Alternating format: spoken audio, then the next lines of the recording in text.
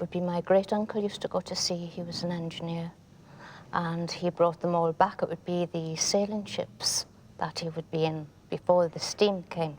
And do you know how long that is?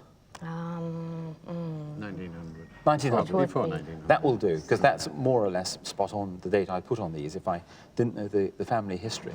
And the thing that strikes me about this group is it's so homogeneous. All of these Satsuma pieces, that's what they are all apparently from the same workshop. In the Far East, dragons are in fact a symbol of fertility, of continuity, and they are generally auspicious animals. They're not supposed to be frightening animals like they are over here, which is why we see them so often referred to in both Chinese and here in Japanese works. I'm going to single out two pieces. This is the first one. This is a wonderful piece, and the dragon modelling on here is really quite superb. The unexpected thing is the way the whole thing then just lifts off the top. Yes. It's really quite a clever piece of modelling. They actually put the whole dragon on, they actually stick it onto the piece, and then they have to cut through it in order to make sure that the thing will reassemble in exactly the same position as it was. Well, this immediately gives away the function of this object. You put the smouldering essence or whatever it is in there, and the smoke comes out through here.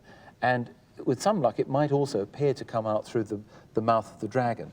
Now, that is therefore a koro.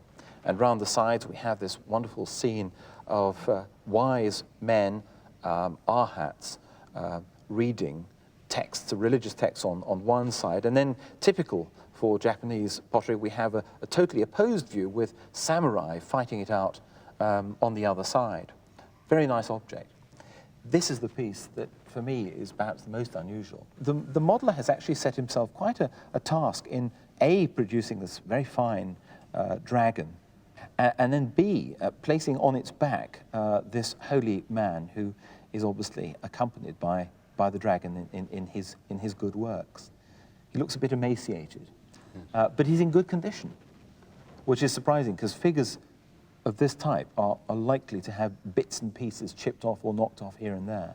So that's really the most unusual of all the pieces. Let's give you some indication of value. The incense burner is around 700 to 1,000, maybe even 1,200 pounds. And the figure on the dragon, well, I would say around 8 to 1,200 pounds. Quite a nice catch for your seafaring great-uncle. Uncle, yes.